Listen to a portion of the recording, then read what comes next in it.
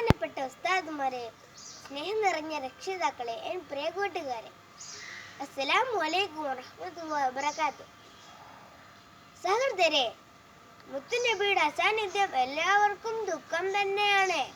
അവിടുത്തെ ശരീരം തൊടാൻ കഴിയാതെ വന്നപ്പോൾ ഒരു ഈന്തപ്പന മിമ്പർ ഏങ്ങലടിച്ചു കരഞ്ഞ ആ സംഭവം നിങ്ങൾ കേട്ടിട്ടുണ്ടോ? എന്നാൽ കേട്ടോളൂ. അങ്ങകലെ മദീന പള്ളിയിൽ നബി തങ്ങൾ ഖുതുബ നിർവഹിക്കുകയായിരുന്നു. അപ്പോൾ ഒരു കരച്ചിൽ. ആരാണത്? ആദ്യം പതിയെ, പിന്നെ അത് ഉറക്കെയായി. എല്ലാവരും പള്ളിയുടെ ചുറ്റുപാടും നോക്കി. ആരാണത്? പള്ളിയുടെ മൂലയിൽ നിന്നൊരു ഈത്തപ്പന മിമ്പർ കൊച്ചു കുഞ്ഞിനെ പോലെ ഏങ്ങലടിച്ചു കരയുകയായിരുന്നു. കാരണം എന്തെന്നോ?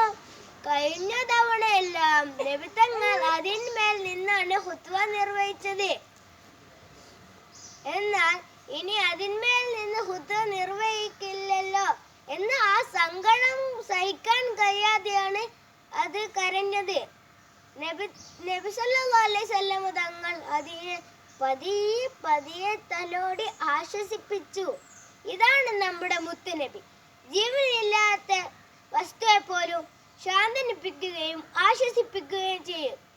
ഇതുപോലെ ജീവിക്കാൻ അള്ളാഹു നമ്മൾക്കും തൗഫീഖ് നൽകി അനുഗ്രഹിക്കട്ടെ. ആമീൻ എന്ന് പറഞ്ഞുകൊണ്ട് എൻ്റെ ഈ കൊച്ചു കഥ ഇവിടെ അവസാനിപ്പിക്കുന്നു. അസ്സലാമു അലൈക്കും വറഹ്മത്തുള്ളാഹി വബറകാതുഹു.